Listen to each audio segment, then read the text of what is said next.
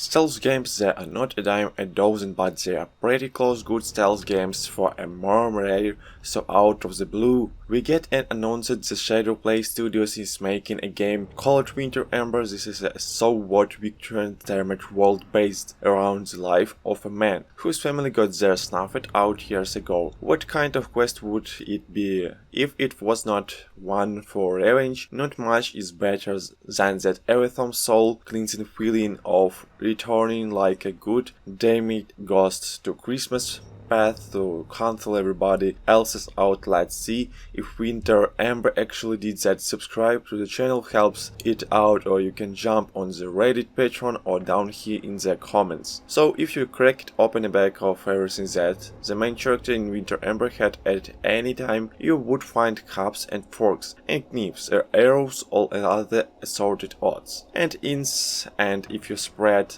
that all on the ground, it still would not be the mixed bag. This game is on presentation at points to dubbed it looks good. Snaking through the open city's location, climbing up through windows, peeking into them like some kind of creep before you act out your namesake and sneak inside any vampire in the games. All those goods and bad who have gathered it in their offices and homes, and jails, complexes and enemy hideouts, but no matter what you are doing in this game, it always somehow looks new and ancient at the exact same time. For example, the animations, they are raw, many don't even line up. The climbing, the dropping, the sleeping, the sliding that you are doing. In fact, there is one particular animation like sliding on oil. It looks like some kind of old cartoon where the character shuffles in place like a reverse TikTok before falling down. Now this progress to pretty much everything in the game battle animation. They are not that good. They are actually really raw, with you swigging out with your 2-inch but somehow 7-inch dagger. We will talk about that in a second when we get to combat or dodging a dude who gets stuck in a wall. Levels are interesting, actually like it a lot of the setups. There's the visuals representation of what's going on, especially in the complexity of some parts, but also really visually confusing. I love the ability to sneak into a window or climb out on a terrace, slide across some righty boards and find another way into a building, but even as you do so, as you continue to explore, you realize nothing in the world makes any goddamn sense. Things are just placed everywhere. Many homes have the same items as the outdoor location do, and that means it looks like a friggin' moving day, but everybody just took a break at that time going out into the city areas and later spots. They have some cool places.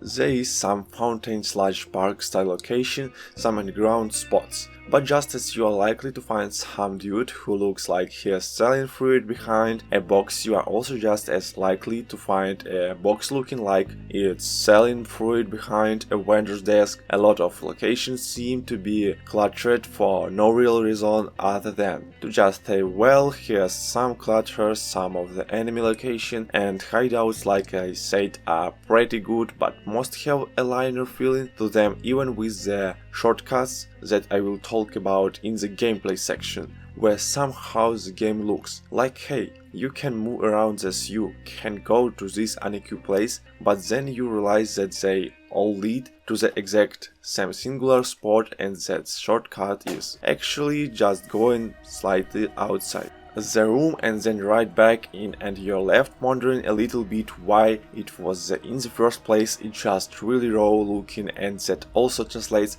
directly to the textures. Even the effects that you can see sometimes look almost box standard, like they are just grabbed from an editor somewhere. Now performance wise, it runs very well regardless of the hardware. Down on the 1080 on 1080p, there is some number of settings, not a ton, but there is a render scale there for you if you need it. There is 2 specific areas in the city itself that drop it to single digits, but the rest of the time the game runs spot on, no issues. The worst performance, no issues there with loading or anything like that. That makes sense, because no matter what, it also just does not look like it is doing a lot, but maybe it does an audio. Let's check that out. Yeah, it's not audio, the sound effects, they are just not really well done, they're very muted, soft, and while that does mimic the idea of a dude sneaking through creaky confines of some poor waves, cabinets, and stealing it at 3 am. The variation is not there, so it's always just that soft muffled combat is the real victim here as well. It's taken outside and then beat the crap out of with terrible samples and no real describe to make anything sound like a step in the dark or well combat.